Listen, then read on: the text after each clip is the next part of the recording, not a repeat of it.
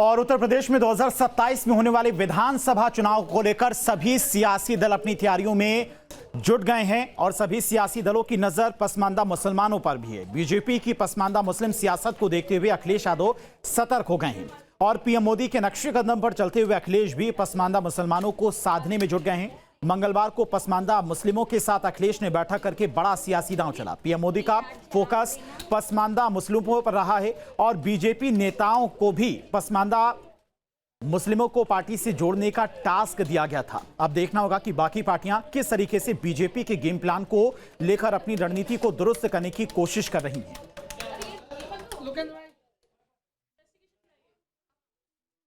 कांग्रेस के प्रधानमंत्री कहा करते थे कि इस देश के संसाधनों पर पहला हक मुसलमानों का है, लेकिन वो कहते ज़रूर थे। उन्हीं के दौर में सच्चर कमेटी की रिपोर्ट भी आई थी, लेकिन उस रिपोर्ट को उन्होंने कूड़ेदान में डाल दिया। मुसलमानों की भलाई के लिए, मुसलमानों के वेलफेयर के लिए कोई काम नहीं किया।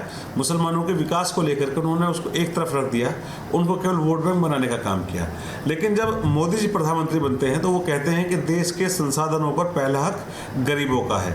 और गरीबों में वो निश्चित रूप से किसी जाति धर्म की बात नहीं कर रहे थे, वो गरीब कल्याण की बात कर रहे थे, अंत्योदय की बात कर रहे थे। और उसी में जब देखा कि 18% मुसलमानों की आबादी को 40% तक सरकार की योजनाओं में लाभ मिला, यानी कि पसमानदाओं को लाभ मिला, पसमानदाओं को आगे बढ़ाने का काम किया।